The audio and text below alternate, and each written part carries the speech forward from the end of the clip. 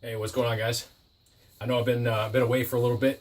Had a cold last week, so I didn't really think it'd be a good time to make any YouTube videos. Didn't want you guys to hear me sneezing and sniffling and all that.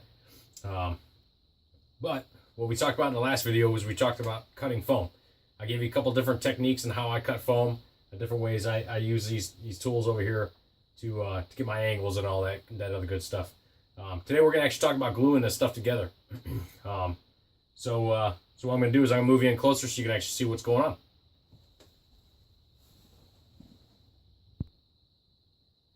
All right, so here we are, gluing.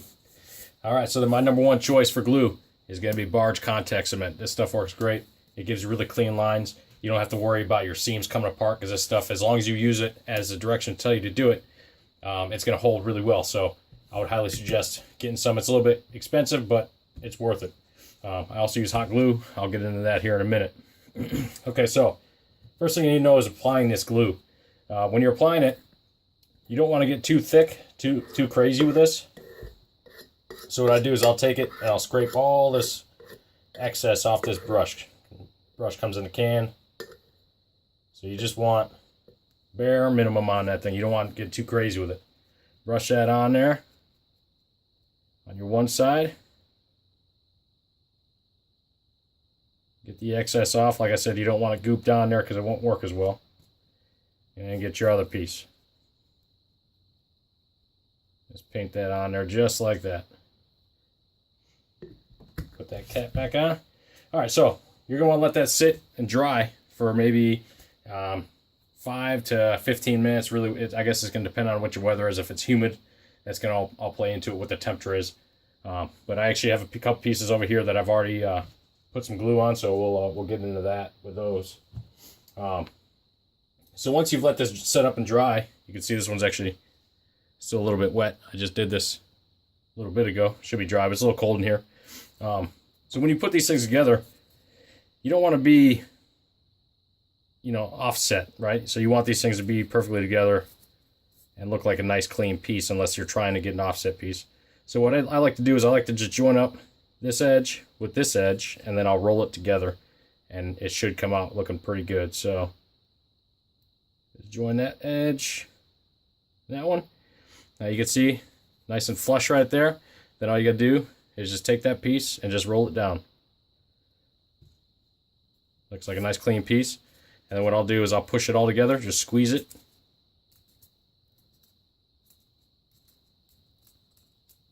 And there you go. Nice and clean. Flat edge, or flush edge. It looks really smooth. If you need to, you can actually clean this up with a Dremel or a sander, whatever you need to do. And it's going to look pretty sharp. And it's not going to come apart. That's that. Glue in a beveled piece. It's going to be the same thing. Glue on, let it dry. Take your two pieces. These are beveled edges now. Just match this up flush. Got that one and that one. And then again, just roll it together. Just like that. Squeeze these pieces together. Run your finger along that edge. There you go. Nice clean piece right there. Right here, if this was a piece I was using, I would actually take a Dremel and clean this edge up, because I can see a little bit of a gap. And that's the one thing I don't like about doing, cutting two pieces together. You will sometimes get these. But then again, this is just a piece I was using to show you guys, so I didn't take a lot of time to cut this piece out. But yeah, I would clean this thing up with a Dremel, and that looked pretty good. Nice and clean line right there. All right, so the other one we talked about was the undercut, which is it's awesome for making edge pieces kind of like this. I did on Jazz. So what you do is you just paint the inside of your groove, the inside of your channel there. Just paint it with your barge, let it dry, and just bring that piece together, squeeze it, seat it. That's good. And there you go. Another nice clean glued piece. No edges, no seams. This thing looks great. That's the undercut method. Works amazing. Another way I like to do it is, see on Jazz here, this earpiece here, I actually cut, this is like a strip that I just cut out, and I glued these two pieces onto it, so I kind of made like a sandwich out of that. The way I do that to get these pieces to glue together is these things have textures on them on the back side, so you got to clean that up if you want this thing to look nice and good. So what I did is I just take my Dremel and I'll clean up the edge that I want to glue onto that, and then I'll just take that, I'll paint my barge contact cement on that, my contact cement on this edge, and then I'm just going to stick those two pieces together, and then it's going to be a nice clean joining piece. As you can see, I already did one here. Real strong. You can make some big boxy pieces, whatever you need to do. You can put angles on this stuff. It's a good way to make your piece, give it depth. Basically give it like a thicker look to it without actually using a lot of extra foam. And then I would just take this and clean this up with a Dremel, and this would look really good. And yeah, nice sharp piece. Now you can also use hot glue. Things you want to watch out for though is your glue oozing out of there.